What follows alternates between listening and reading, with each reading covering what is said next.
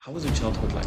Childhood fucking great, bro. Yeah. Childhood was great. Because I'm a 90s baby, Yeah. a very early 90s baby. So Hmm. anything that you can think of the early days I did when I was a young, mischievous young man, bro. So in grade 10, Yeah, grade 10. you wanted to drop out. Yes. What is like your favorite interview that you ever did with? Wow. You interviewed thousands of people, bro. Yo, bro, I think that there's a video of myself speaking to AKA when I asked him, why? Yeah. I'm like, so, bro, like, why do people feel like they have to go to Joburg to make it? 12,000, I stand under correction, but 12,300 millionaires living in Joburg, and in Cape Town, only 7,500. Mm. Bro, like, Amapiano is huge, bro. So piano definitely took the stage. I mean, coming off of the gom wave that hit Cape Town, that Yeah. hit South Africa. Nah, bro, it's piano to the world, bro. Like I watch videos of guys playing Amapiano out in Japan, bro. Welcome to a favorite episode. My name is Tato, aka PJ Smoke SA, and this is the Behind the Scene podcast. And today I'm with the only man who need a stand-up ovation, Mr. Meyer. So I would get that 21 if you must buy back with another public service and bro, my G chat though. You Behind the know, scenes, like, bro. Nice video, bro. finally, Nice to be in your space, bro. finally, Yeah. after so long, bro. Nah, you get too long, bro. But you know what? These things happen. Never our times, God's time, bro. Yeah, perfect. Yes, because I remember when we spoke, I did not have, I think, half of the equipment and the Yeah, I know. I see you running the shit here now. No? Looking nice out there. Five away. Boys, it's working, bro. How are you?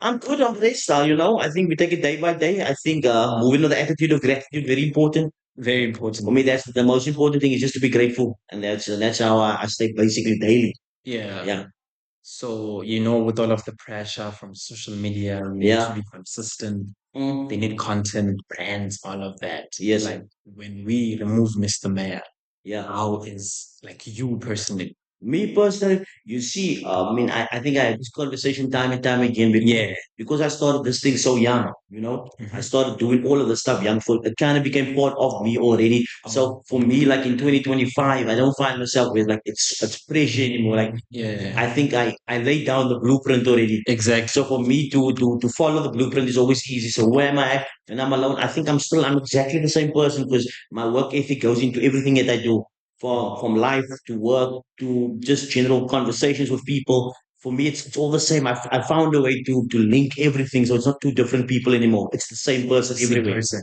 Yeah, But isn't that overwhelming? Like always being Mr. Mayor. not necessarily because it is who I am. Like you Yeah. see, I think lots of people they get in the game and then they have to create a persona. Oh, So yeah. and then it makes them tired because they actually have to act like someone all the time. This is really who I am offline, online. They Yeah. say that the most important thing is you got to be the same person when the Wi-Fi down. Because when the Wi-Fi is done, it's like, "Now, who's this guy now? Yeah. I'm the same guy, bro. Like you know what I Yeah. mean? Mhm. So it's not that I'm trying. It's not that I need to keep up. It is who I am in Mm. every single aspect all the Yes. time. 90 minutes. Yeah, Let's go back. yeah. Let's go back. Let's go back. How was your childhood like? Childhood, fucking great, bro. Yeah. Childhood was great. I have fond memories. I'm a 90s baby, Yeah. a very early 90s baby. So Hmm. anything that you can think of the early days I did when I was a young, mischievous young man, bro. Yeah. We were swimming in lakes, bro. We were climbing houses, we were climbing trees, we were catching grasshoppers, we were playing marble. Every single 90s game that you can think of, Think I of. played Mm. like for year for Captain. So it was fun. Mhm. Moving around, lots of friends, lots of family, lots of cousins. It's always been a big party, bro. I'm not gonna lie. All the time. Most time, yeah, for sure, bro. Obviously, I think with everyone's life, there's some ups and downs and stuff. But I think weathering the storm through all that shit and understanding this part of life makes it builds you differently when you're like, "Well, this shit's supposed to happen." Yeah. Yeah, because with life, there's good days, there's bad days, bro. All the And time. every time, so you're talking about back in the days, bro. You're talking about the bulk of my childhood, fucking amazing, bro. I mean, you have three siblings, right? Three, so two. Two. We are three in total. Yeah. Yeah, Okay. yeah, So at home, yes, mom, dad, yes. and siblings. How was it like before even primary school? Early days, you know what? If you tell me like it, I think it was cool still. It was liquor because I think my parents were always open minded. So when I say open-minded was they taught us the importance of being a leader Yeah. and leadership and being strong and being and you don't even let other people influence you to do anything. Like you were never supposed to be the person that gets influenced by anyone. Anyone. And still give you the freedom to make your own choices, but provided that you like in their mind and hoping that you make the best ones. Yeah. So I think that was a cool thing growing up. And I don't think a lot of people have that because maybe they come from a super strict background where everyone's like, ah, you can't do this, you can't do that, you can't do this, you can't do this. I think we didn't really grow up like that. It was more like you can try, but A, B, and C might happen if you do. You decide how you're going to go about it. But just remember to yourself that you're not a follower, you're a leader. So when you do it because you want to, not because anyone else told you to. They instill that when you're That's from a young age, and I think, and I carried that throughout. And I shut my pops one time. shut Oh, up. yeah, I see you, salute. Yeah, So you went to like three primary schools. about 3 years, could be 3 years. Like meeting these people from this one to me from this one. Yeah. Like as a child, how did that impact you? When you was well, see, you see, when I was younger, having to move from a different, because I moved different from different places and different schools. Obviously, I was when it happened, as it happened, I was fucking upset because I was like, I made all these friends, like these are my dogs now, like I'm hanging with these guys, and I was like, and obviously, there's a fine one, like yo, I gotta leave the school, I gotta say goodbye to this nice one, bro. You know what I mean? So for me, there was that. And when it happened, it was a sad part. And I always tell people this, but in retrospect, I think it was great Yeah. because I got myself an opportunity to meet more than one group of people. You know, some people have this group of friends that's their friends from when they're younger until they die. It's like it's their friends. So I've got that kind of thing in different neighborhoods, in different schools. Like, yeah, these are my friends since day one, and these are my friends since day one. So it gave me an opportunity to move around and be in different spaces and also experience more than regular people would have. Yeah. So yeah, obviously when it happened, I was upset, bro. But looking back of it now, it was great. Yeah, I mean, having a lot of childhood friends is always a blessing. Yeah, it's a blessing. Especially in Cape Town, it get dangerous, but you have protection because you know those people Yeah. from a very young age. Look, I think it's not even just about protection. It's also more like when you move correctly. And then I think anyone can attest to this. I don't care which neighborhood you're from, which place. If you move correctly and you move with a certain respect and a Yeah, certain element about you understand the streets, but you also move with respect, people will connect with that. straight up. So sometimes you don't even need to know everyone. It's just sometimes your character and the way you show up and the way you present yourself to people, it already speaks volumes. All the And time. it's like, now this guy is got it, man. He's cool. You know what I mean? Mm. But if you don't have that thing that can smell, this guy, you pretend it's this one, we need to check him quickly. Quickly. Yeah. I mean, from a very young age, what did you want it to be? Because back then there was no social media. Social media, very interesting question. You know what I tell those people is funny. You would have never guessed, bro. But in my early days, I was like, I'm gonna be a marine biologist. I was like, that's my goal, bro. Like, I want to be in the ocean. I want to be there with dolphins, and I want to find what's happening with the whales, bro. And I want to be a scientist, and I want to see what's going on, and I want to help save the sea, and save the ocean. I want to be in the water. That was my dream, bro. Like, I want to be in a submarine, bro, and I want to see like underwater life. Because also I'm a winter baby. I love swimming. I love being in the water. I love swimming in the sea, bro. Nothing like it. Oh, Obviously, we do pools and stuff, but I'm really a sea swimming kind of guy. yeah. So I always liked that, and that was always something I thought of. Because I remember in class, it was like, I'm gonna be a teacher. I'm gonna be a doctor. I'm gonna be an accountant. I'm gonna be an astronaut. I'm gonna be priest. And I was like, I'll be a marine biologist, bro. Then later, I changed along the line, and I was like, I'm gonna be a rapper now. I'm gonna be MC because when I was in the early 90s, we were listening to DMX, Eminem, Tupac, Snoop Dogg, Cypress Hill, Bone Thugs and Harmony, Mm. Notorious B.I.G., all that stuff. But also, there was a huge influence because Too much. I was born in the era when that music came out and it was popping. So listening to that, I was like, bro, but rapping though. You know what I mean? And this was before the idea of a South African rapper was ever in the minds of people. And I'm talking about early days, bro. Mm. Maybe when Kwaito was popping, bro. I'm talking about Mendoza, Riemanns Cup, those guys were operating Brasovani Cup. But I mean, the idea of an Americanized version of that hadn't come to like our minds yet at the time. But you're able to catch it quick. The wave of that. Yeah, no, for sure, bro. And we did it, bro. In the early days, me and my friends, we just sit, we used to have writing sessions, everyone's writing the rhymes, we rapping and stuff. And I was like, I kept rapping other people's songs. I'm like, but how about rapping my own songs? Oh, And I got into MCing, and poetry was also very big to me. So my love was water, but I had no idea that my love for writing and reading was also huge. So that kind of impacted why I went to go study journalism too, because I just realized I have such a great love for the written and spoken word, bro. Mm. Yeah, So in grade 10, yeah, grade 10. you wanted to drop out. Why was Yes. it? So well, me and my homies, we used to chill together and they were like, bro, like, should we keep going to school? My brother was like, no, man, come and leave school because we'd rather work on our own business and do some stuff because we saw some of our homies had already left and they were like making hella cash, bro. So it's the early days, we like, but we still in school, this man is making bank, bro. And we can also do this thing. Then my brother was like, bro, let's leave. Let's do this, but let's start some business and do this, and that. I remember going home and I was telling my boss like, yeah, I think I'm gonna drop out and I'm gonna do this. Mind you, my dad's a teacher. Did he move you?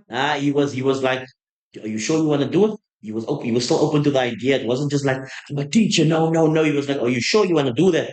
I remember that like, getting a call from my mom's like, this motherfucker's not leaving school. And I was like, all right, the government has spoken. I guess I'm staying. Yeah. Yeah. So then when you get back to the home and tell them you can't drop out, like you didn't have Yeah, motivation I to. get to the home, I was like, nah, I can't drop out. But for me, it was 50-50, man, because I wasn't completely convinced to do it. So it wasn't like I was set in my way, like, nah, I want to do it. And like you stop me from doing something I wanted to so badly do it. For me, it was 50-50. I was like, I could and then do this, but maybe I shouldn't. Then I just kind of checked out the political landscape of the world. I was like, bro, if you don't have matric, this is me thinking about this shit 20 years ago. If you don't have matric, bro, Yeah. like now, I mean, it's 2025. You see today, cats Yeah. get lots of jobs or get into certain places because they don't have matric. I'm Huh. not saying you don't have to start. You can start a business with and be a grade 8, grade 9. It's fine. You can still do that. However, just for the general consensus of the land, if you want to get a job in Cape Town and you want to work with someone, it's a prerequisite. They ask you, do you have your matric certificate? Then if you And don't, today, more than ever, they're still asking. That's why so many people are unemployed. They don't have matric. then they blame the government. Yeah. So when you were a little kid, your sister used to take you videos. Yes. Do you think her presence and all the time of like taking your videos before they can even post Yes. was like feeding to the young kid who want to be a rapper, want to be an MC, who want to be out there? Like what role did she play? Look, and so I don't explain it to people if not like too much. I don't get too much into detail about that. I always say that in passing, like you take my videos, but I can take it a step further that I was the person that was doing that already, and I was like showing it was more like me training you to do it Oh, as opposed to you taking. I was like, do it like this, hold the camera like this, get me when I'm coming out like this, yeah, and so. If anything, I just my first videographer I gave a job to. I was like, just do it like this. Just do it like this. mm, And I think also being young, being together, and I mean, we were youngsters, we shared a room, and then I had all these ideas. I was like, yo, how about this? How about we try this? And then obviously when she was younger, she was more down to do lots of the stuff. I was like, oh, cool, let's try this, let's try that, let's see if it works. You know what I mean? And yeah, yeah. So I mean, it did play. I think it played a massive role. But I think if anything, it fed into each other. I helped you with us, and you helped me, and together we kind of did it like no man's an island. yeah. I mean, you can't do what you do without the guys here. Can't. I mean, you guys help each other. So it was that kind of thing. Mm. It was deep because I Yeah. mean, after you posted the video, we knew it was gonna be go viral, or you were like shocked when the numbers were going. First time a video went viral. Remember, this is before TikTok existed. This is before Yeah. Instagram existed. When we dropped videos in those days, Mm, and remember, so being from the 90s, being a millennial, it also means that we were the guinea pigs of social media. mm. So remember, no one had done it before here. So it wasn't like there was a blueprint like if you do this, you're gonna go viral. Because now with TikTok, anyone can go viral. Yeah, You in can seconds. just drop a video of someone polling 9 million Dying. views. It doesn't matter. But remember, this time it was unheard of. Yeah. So did we know? We didn't know. Mm-hmm. Drop that video. Check the next morning. I was like, damn! Mm. I got the whole city out here in my comments, bro. And that was wild because again, it was more like it's like the guy who does a track and he was like, I don't know how this track's gonna do and become like the number one single for the Yo. country. It was something like that. So did I know? No, I didn't. Mm. What kept you doing more videos? For me, doing videos wasn't a job for me because I think that was always who I was because I also wanted to be an actor. I forgot to cut that part in also, man, because I was always acting. I watched a lot of movies growing up. Like I'm a huge I think I'm a huge movie like fan. You know what I mean? Like I watch all kinds of movies, and just getting certain let's say plots, vibes. This is the villain, this is the guy. All of those kind of things was always in my head, so I always wanted to do my own stuff. Because Mm. whatever I used to watch or do, I was like, I don't want to duplicate it. I want to do my own version of it. And Yeah. that's always been my remedy. Like, okay, so they do music, but I do my own music. Mm. So they do movies, do my own kind of movies. And obviously, we didn't have the infrastructure to shoot movies like back in the early 90s, the early 2000s. So what were we doing? We're shooting videos on our phone, bro, shooting videos on cameras. Wherever we could get something to record, like, okay, let's record it and let's see how it goes. Finding old VHS handhelds, bro, Mm. doing videos in the house. That could, like, I wish people can find some of the lost files. If I ever find it, there's one hard drive of mine that has some of the old stuff that no one knows of. They haven't seen it. Then Yeah. I'm gonna show them shit before Yeah. that they all that. Because when I drop throwbacks, I only drop throwbacks from about 2010 on in terms of video. Mm. But I've got some shit from before then. I've got some shit that I shot on your B360, bro. And I've got some shit that we shot on VHS too. That if it comes out, bro, I think people are like, well, this guy really comes a long way, bro. Because some skits and stuff I was doing it for eons, bro. It's not anything that's happening. I'm telling you, it's nothing new. Because my chat is, ne, Yeah. a lot of people nowadays, when you want to Mm. be a model, whatever, Yes. content creation, they copied from somewhere else. No, 100%. But in your generation, you were not copying it from somebody else. You like wanted to do it. Yes. Do you guys maybe at home have a lineage of people who are into the space, or it was just come into your mind? So if I think of my dad, number one, my dad's very funny, and I think he could have been a great comedian if he wanted to. He could have been Yeah. actor too. So you get pops. I mean, I then also everyone in my family also always loved music. Music has been a big part of our life. Music has been a house in our family gatherings. Music, I mean, music was a huge for me. That's why I became a radio presenter as well. I became a DJ and came into radio and loved music and also wanted to write music because Yeah. music was such a huge influence. I think we slept with music playing, we woke up with music playing, Yeah. and in and out the house there was always music playing. Mm. So and then again, I have a fair. So my pops was singing, my uncles was on guitars, other cousins of mine was also rapping. So there was always music movement, and we met a lot of people. And my dad also been knowing a lot of people. We had a lot of people coming in and out the house, actors, singers. Like I just met a lot of people in the early days already. Mm. So that's why now when people are like, yo, so these guys, I was like, that's what I was telling him just a minute ago. Man, the things that kind of impress people today for me doesn't impress me. And I'm not saying it's not cool. It is cool. But I just think I've been exposed to it for such a long time that it's not a thing to me. Like, Been there, yeah, done they're that. shouting your name, they're screaming out, yeah, but they've been doing that for years now. I'm tone deaf. And I mean it with the most humility, with the most humility ever. Like it's not even on an ego trip. It's just like I do know it. It's like you know what I mean. Yeah. Yeah. So the family, yeah, they were into different stuff. I had quite an animated family. We've got so many cousins and uncles. So I can give you a list. Anything that you think of, I probably have one of them in my family. Yo. But yes, I got it. I didn't say anything. I knew you thought something. Yeah. So what made you want to study journalism? Like, What made me want to study journalism? Okay, so essentially I was gonna do law. I was gonna go study to be a lawyer. My dad was always like, bro, like, why don't you become a lawyer? Because I think he himself wanted to be a lawyer. And you know that when your dad wants you to fulfill some of his legacy of what he wanted to do. The reason being, my pops came from back in the days, but my pop's like 68 now. mm, So in my days, my grandmother and my grandfather they wasn't really happy with my pops wanting to become a lawyer because they were like, "Are you going to be a liar?" You know what I mean? And I think, and coming from a home with lots of with strong family values, I don't think it was a viable option for him. So he chose to become a teacher and educate instead. However, essentially, you know, because he's quite a critical thinker and he knows how to go around. So you'd have been a lawyer, so I would have studied to be a lawyer. And then when I saw all those textbooks, mm.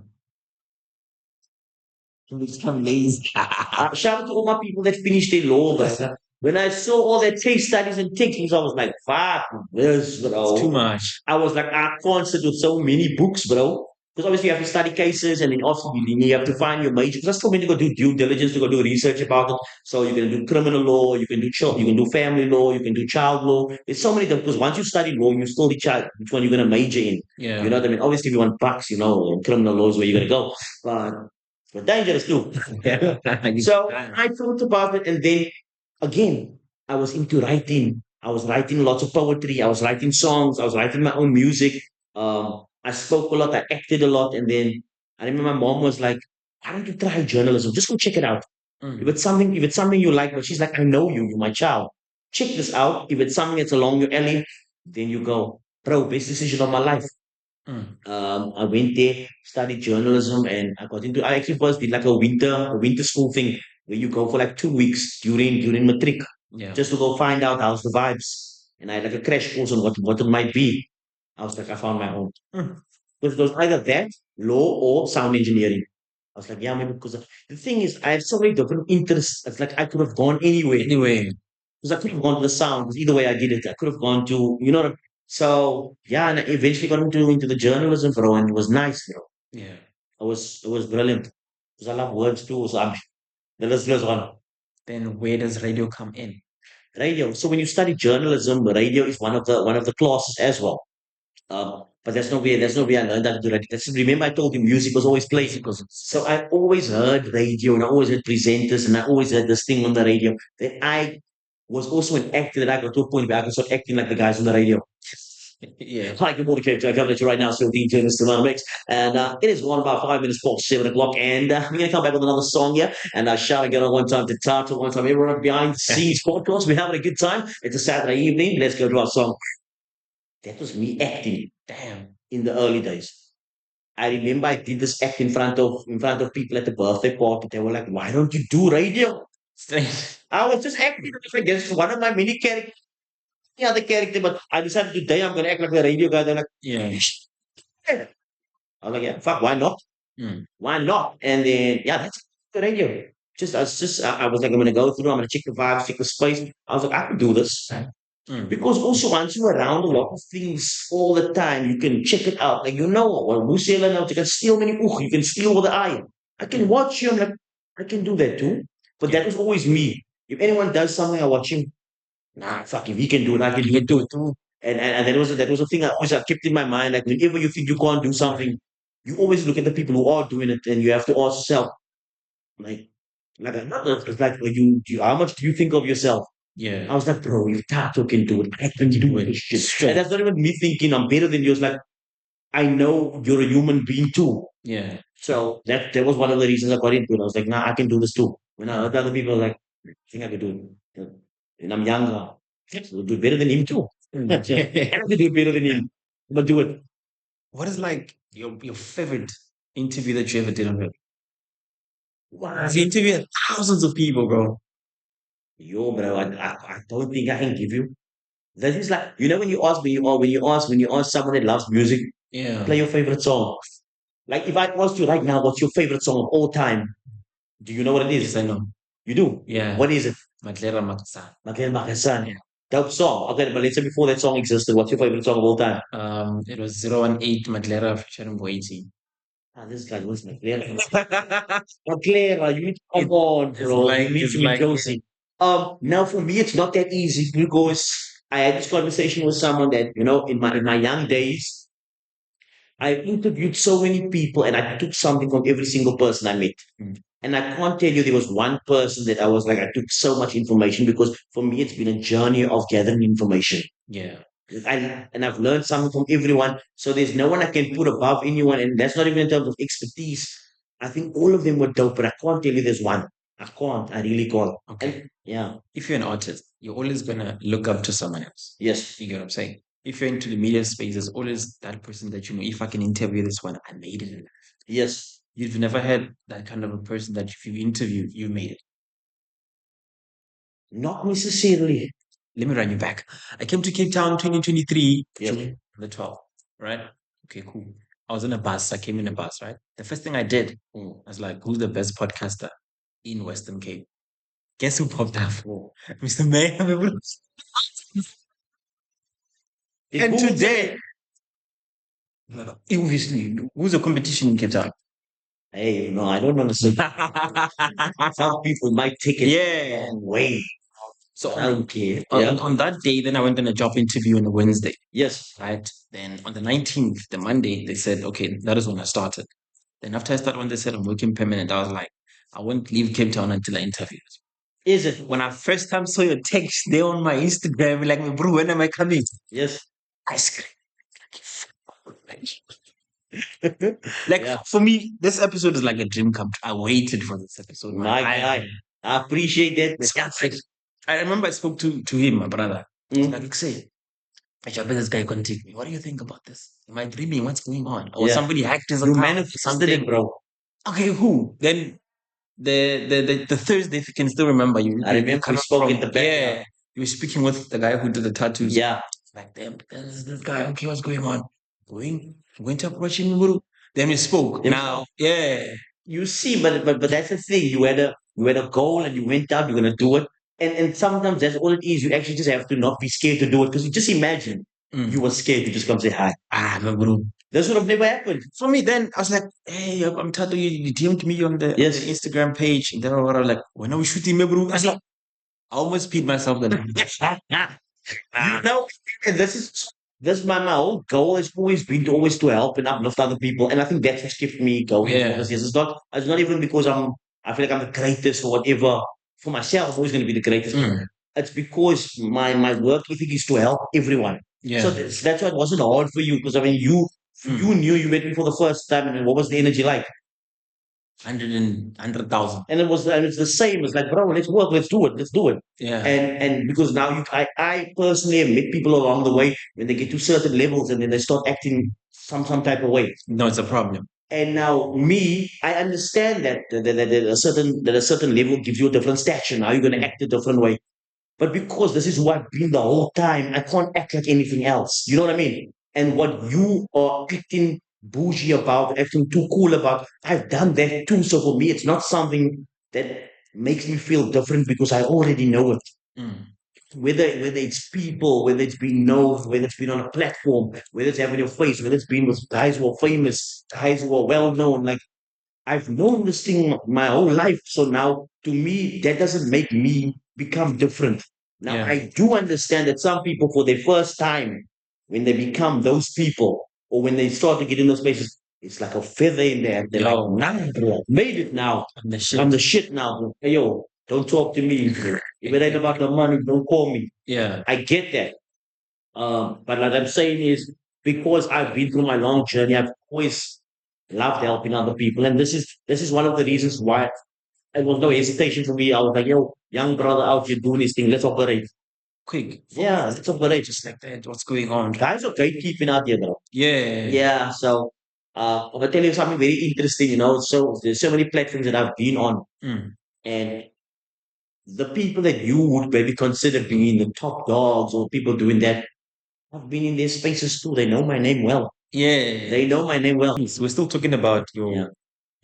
somebody that you would like, you look up to, inspires you. Who inspires me. So again, I think definitely being a millennial coming from the 90s, bro, watching Yeah.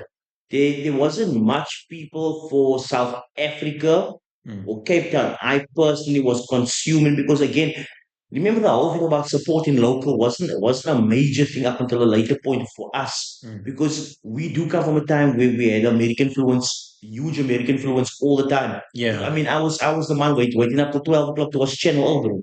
Mm. So Channel O used to come on only after 12, yeah, you know what I mean? You had to wait Yeah. late at night, amongst many other things to watch at night. And we loved music and we loved watching these kind of things and waiting for Mnet open time where you Mm. can watch The Simpsons and where you can watch some movie online. So I wasn't consuming a lot of South African things or local stuff. So that's why I can tell you there's no one here. Like if you had asked me back then, who did I want to speak to? Fuck, but it was going to be Eminem. It's going to be Tupac. It's going to be Notorious B.I.G. It's going to be Bone Thugs. All the people I mentioned. Those are the people I want to talk to, bro. I was like, bro, I want to talk to Lil Wayne, bro. You know what I mean? Yeah.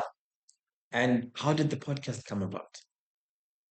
Essentially, I think with the podcast, again, it's just another extension of me because I've been doing that my whole life. Mm. I didn't realize how many podcast conversations I've had over the years without there being cameras around. Yo. So like even if you and me just chill in the street and we had a conversation, I find myself even today, we are get people in the middle of the street, we talk for about 40 minutes. I was like, that could have been an episode. Mm. Now that's been my life. Just like with my dad, we always had conversations. People always come into the kitchen, different people coming in and out. Bro, we were always speaking. So I think by actually starting it, it was something that was meant to have started 10, 15 years ago when I spoke about, was like, let's just do a podcast. I remember podcast hadn't been a thing yet. Then about a year ago, because what I was doing on the radio was a podcast in any case. In any It was case. also recorded. It was me sitting down with guests. It changed when I started, when I realized I needed my own platform to go beyond the parameters of let's say how the setting is in corporate. It's not corporate even, but just I wanted a different setting where I could ask you whatever I wanted to ask and say whatever I wanted to say without there being someone saying, "Hey, no, no, you can't say that. You can't say that. You can't say that." So I wasn't ready for the icons. So that I wanted to be open, real, and raw. So about a year, maybe a year and a half ago, I did the PSA podcast. Could maybe yeah, I think about a year and a half ago. But I mean, I've been on the radio for 11 years, bro, and for 12. Mm. So that is just an extension of what I do there, but in my own way. Mm. Yeah. How do you monetize it? How do you want which one? Monetize the podcast. Podcast number one, it's monetized on what's the name on branding. Mm. So people come through. I got brands. There's some shit that people won't even see. It's subliminal, just in there. So we got sponsors. Actually, in fact, I can share with this. I got some new shit. I got a new sponsor that just jumped on board right now, bro. Mm. So the episode is coming out in the next couple of months, bro. You're gonna see some different branding on the Too shit. much. So Much. yeah, I want to monetize. So many brands want to work with me because they understand that the podcast does numbers. Mm. It gets the reach. People watch it. People connect with it. People watch all the clips. The clips go viral. People talk on the clips. They see the power of it. And this is the new world, bro. We live in a social media world, bro. Everybody's trying to be seen online, bro. So why not a brand to jump on that shit, bro? So if you're a brand and you're watching this and you want your name to go further, you're not necessarily attaching it just to me. You're attaching it to something that transcends even me. Mm. It goes all through social media, and at the end of the day, that's what you want. You want people to buy into your stuff. And the more they see it, the more they're going to come for it. So if you see it here, you see it on behind the scenes podcast, people's going to come do business with it because they saw it there. Yeah. Yeah. Because I mean, going back to the question of like how you started with the podcast, being Yes. into radio, do you think Cape Town has a culture like compared to Joburg? Cape Town definitely has a culture, but you see, but Cape Town's it's a very multicultural place, man. Because it's like a hot pot of different cultures. Because in every single aspect, every single race, you get these different cultures within their cultures. And I explained this on another show just the other day. Like you don't understand, there's not just one particular colored culture. There's not one particular black culture. Because not one particular white culture or Indian, because there's subcultures within that, and people don't understand how different it could be. You know what I mean? Because yeah, someone say, yeah, but you're black. But I mean, you could be Zulu, you could be Tswana, you could be you could be anything, you could be colored, but your roots are from here. Or you colored, but his roots is from there. You could be white, but then he speaks Afrikaans. So this one's a Boer, and this one, you know what I mean? Yeah. So when you talk about the Cape Town culture, Cape Town's so big, bro. There's so many different people here. And Mm. I've traveled a lot, bro. I've been in and out of every kind of spot, bro. It's like yeah, you're gonna have to find some niche that you connect to because there's so many niches here. There's Yeah. so many, bro. Because there's an episode you shot with Bravo. Bravo. Yes, Bravo Laro. Yeah. Yeah, and you were giving an example that if with like not only music but entertainment culture, if they can have like nationalize the fame. Like let's say now there's the very same way they're doing it with Netflix South Yes. Africa and Netflix Australia. Mm. If maybe we can have the very same thing in South Africa but national, something in Joburg, then there's a Joburg Yes. culture, right? And then we have Western Cape culture. For instance, I'm sure even the podcast in Western Cape, they're less than five. Yes. You know what I'm saying? Biggest people, less than five. Biggest female artist, less than five. Yes. Everybody who's working towards something, they move from Joburg to Joburg. Two Joburg, yeah. Whatever fame or whatever they want, if model actors or whatever. And I mean, this conversation is as old as time, bro. And I've had this conversation, yo, bro, like 15 years ago. And there's a video of myself speaking to AKA when I asked him why. Yeah. I'm like, so, bro, like, why do people feel like they have to go to Joburg to make it? Mm-hmm. And the conversation stays the same. Mm. In Joburg, there are a lot of brands and sponsors where you speak directly to the people who have the money.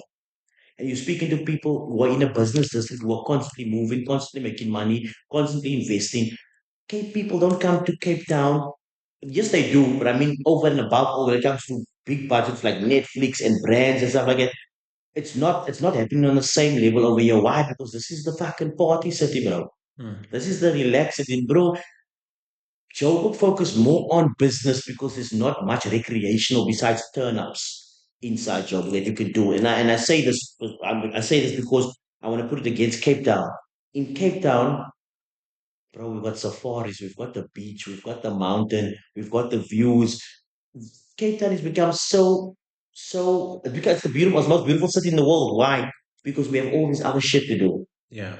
So people actually come here to retire. Once they got enough money, they're like, I'll retire in Cape Town. Even those guys who moved to Joburg, when you ask them, where would you retire? Bro, get me a house in Cape Town.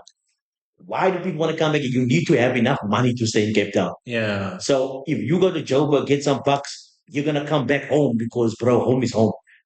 You'd make more money over there because there's more business people over there. And also, if you read something recently, there's about 12,000. I stand under correction, about 12,300 millionaires living in Joburg, and in Cape Town only 7,500. Mm. I read that shit this morning, and I was like, okay, that's interesting. So more of South Africa's millionaires live in Joburg. So do you think that's the reason why Western Cape is so expensive? Bro, I don't want to get super political here now. Don't get me wrong, the politics too much. You know, I mean, the Western Cape is very expensive on purpose. Mm. It's you have all these international people coming here. You have all this international money and all these international funders, and everyone's eyes is on Cape Town.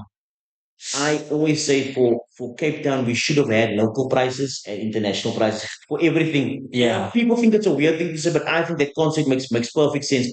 If somebody lives in Cape Town, right, and he goes to a place where they sell, I don't know, salmon and apple, you get there. I understand rent, I understand all those things, but a local paying 400 rand when he can actually go collect those stuff himself and pay 60 rand for it, and he knows it, makes no sense why that should be the price for him. Yeah.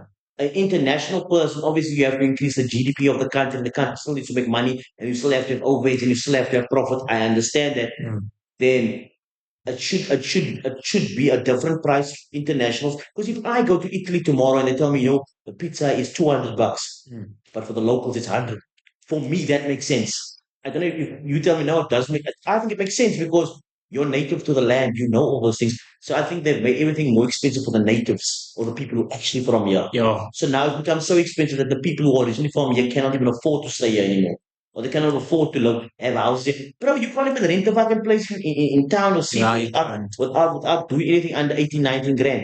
You can't. You know what I mean? If you get maybe a small one bedroom thingy, maybe 12, 13K. How much people earn 13K who live in Cape Town who have normal jobs? They don't. They don't. Or if that's maybe all they pay. Yeah. It's the full salary is gonna go for rent, and then what? What's he gonna eat? So I think that it is expensive because of the booming tourism level. And I don't think our country has done or city has done due diligence and understand that there are locals here. Mm. But I don't know, is by design? It could be. But what can we do to change that? Because I mean, we have a problem already, Mhm. and we are suffering from it. What, especially us as content creators, to do? You know what? I think we need to get to this place where you can't really complain anymore because it is what it is. I would say we all need to start businesses of our own. Mm. And we can help each other with business because the thing is, if we're all generating money together, like if Tato has a business tomorrow, Yeah. you decide you're going to sell sneakers, let's all go buy your sneakers. Yeah. If I decide tomorrow I'm selling whatever, beds, clothing, whatever, support me. I think by supporting each other, we can build funds within each other that will Yeah. basically strengthen all of us. I think young content creators, we all need to get into business. Do you see yourself going back to music? I think I always love music. Was besides from making music, also on a production level. Like I also like love making music, like beats and action and Mm. sounds and because that's why I like music so much is because I'm always listening to the intricate sounds like those drums in there. Yeah. There's a flute sound there. I love those synths in there. Will I ever get fully into just actually sitting and doing it? I'm not too sure. For me, it's like the muse needs to find me. There needs to be a day when I feel like I'm gonna do it today. I told you about the long list of things I've done and why I've done it to go to because life is experience for me. Like if the day I feel for that experience, I'll do it. Yeah. Like so, I can tell you how I'm gonna feel next week Thursday.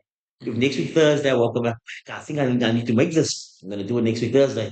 It all depends on how I feel, but it's not like a plan. I'm like, I'm gonna go do music now and I'm gonna do this. I don't think that's ever gonna happen. No way it's gonna be like it's an actual field that I'm gonna go fully all the way into.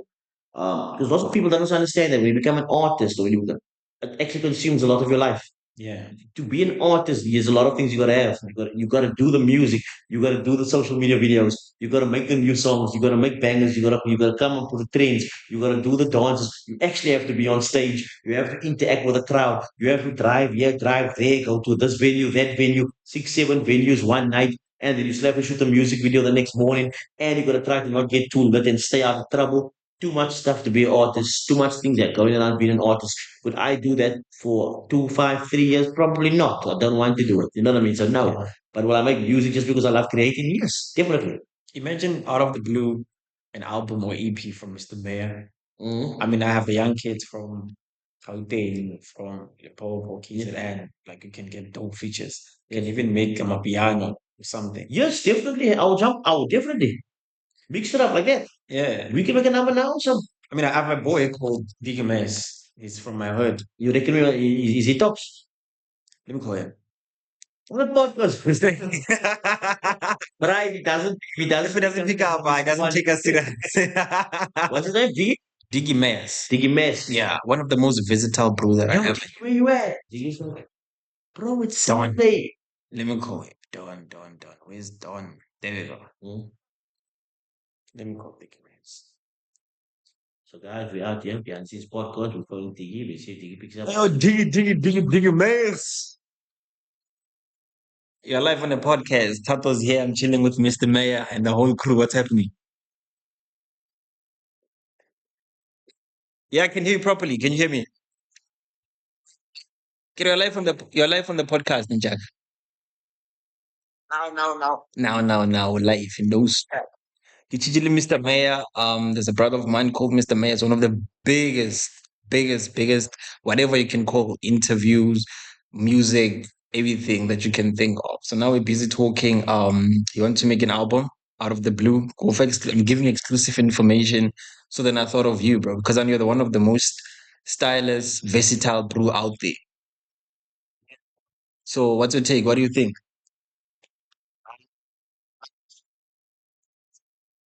He says down, Mr. Mayor. What are you saying on that? Yo, Diggy, what you say, my brother? Mr. Meyer, all the way from CPT Cup. Shout out to all you good, brother. Can you hear me now? Testing 1, 2, testing 1, you can you hear me? I said, bro, are you in the city? You in Cape Town? No, it's in Mudimun, like Limpopo. So, like, so you gotta take that flight, you gotta take that bus, you gotta get to Cape Town, and we come here, we gotta make some stuff. We down? Let's operate. We waste no time. In fact, we can exchange numbers. We're gonna send projects. We're working on it tonight. Yeah, let's get it, bro. My nigga Don.